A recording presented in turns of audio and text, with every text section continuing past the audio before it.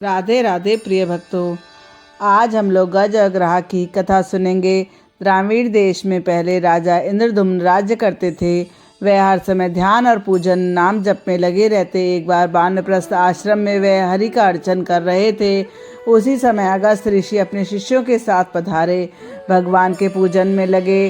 राजा ने ऋषि का ना तो उठकर सत्कार किया, जिससे कि अगस्त ऋषि को क्रोध आ गया और उन्होंने श्राप देते हुए कहा कि हे मूर्ख, तू मतवाले हाथी की तरह बैठा था, अतः तू हाथी की योनि को प्राप्त हो। श्राप देकर अगस्त जी चले गए।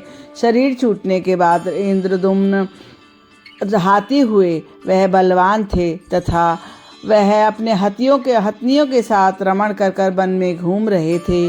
वहाँ उन्हें एक सुंदर सरोवर दिखाई दिया। वह सरोवर में जल क्रीड़ा करने लगे। उसी सरोवर में महर्षि देवल के श्राप से ग्रह होकर हुहु नामक गंधर्व रहता था। वह ग्रह जल क्रीड़ा करते हुए गजराज के पास चुपके से गया और उनका पैर पकड़ लिया और उन्हें जल में खींचने लगा। गजराज दूसरे हाथियों का सहारा मांगने लगे। चूंकि ग्रह बहुत बलवान था, अतः अन्य परिवारजन तथा हाथी थक कर वहाँ से चले गए। अब वह गजराज उसे बार बार खींचने लगा। गजराजों के हजारे हाथियों का समान बल था, अतः गजेंद्र डूबने लगे और अब उन्होंने भगवान की शरण में जाने का निश्चय किया। पास ही में एक कमल के पुष्प को तोड़कर सूंड उठाकर भगवान की स्तुति करने लगा।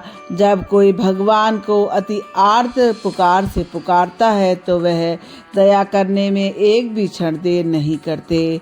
आतुर होकर जब गजराज ने भगवान की स्तुति करी तो भगवान ने उनका स्तवन स्वीकार किया और उसी समय गरुड़ पर बैठकर चले आए और उसने भगवान के दर्शन से गजराज का उद्धार हुआ। आते ही पहले उन्होंने ग्रह को जल में ही अपने सुदर्शन चक्र से काटकर गजराज को छुड़ा लिया।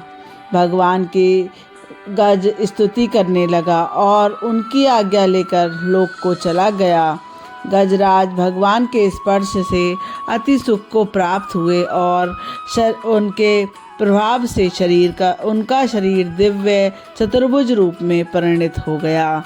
भगवान पार्श्वरूप में उनका स्वरूप विराजमान हो गया। जय जय श्री राधे। अगर आपको कथा अच्छी लगी तो वीडियो को लाइक तथा चैनल को सब्सक्राइब जरूर करें।